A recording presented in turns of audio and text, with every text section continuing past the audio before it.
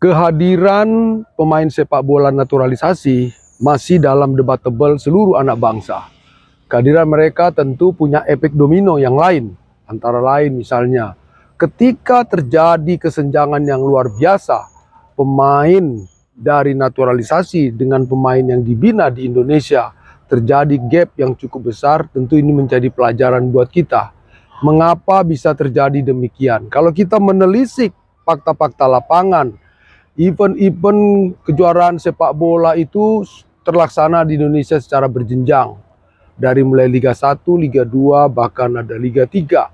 Dan kita bisa melihat keberadaan sekolah sepak bola di 514 daerah, kabupaten, kota, provinsi, yang saat ini sudah berjumlah 38 provinsi. Semuanya ada di sana, ada sekolah olahraga, dan di dalamnya ada pembinaan sepak bola. Tentu kita bertanya, ada apa sebenarnya dengan program pembinaan sepak bola kita?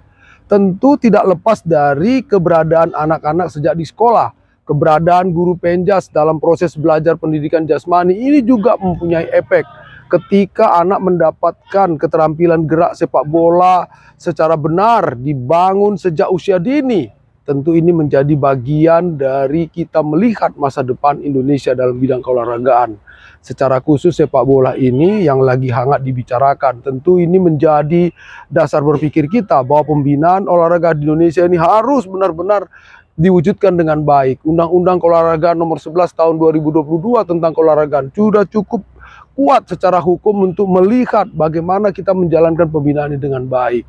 Kita melihat ada Konida di setiap provinsi, kabupaten, kota. Semuanya ini bersinergis. Ada Pengprov, ada Pengcap, ada Pengkot. Baik bersifat kecabangan dan berbagai event banyak dilaksanakan di Indonesia. Artinya dari sisi mana kita mau melihat kelemahan sepak bola kita ini, kelemahan bidang olahraga ini. Cukup mumpuni, sampai ke perguruan tinggi dan bahkan pakar-pakar bidang olahraga pun cukup mumpuni di Indonesia. Tetapi mengapa prestasi kita ketimpangan begitu jauh? Untuk bicara sampai tingkat katakanlah di level Asian Games saja kita sudah tertati-tati.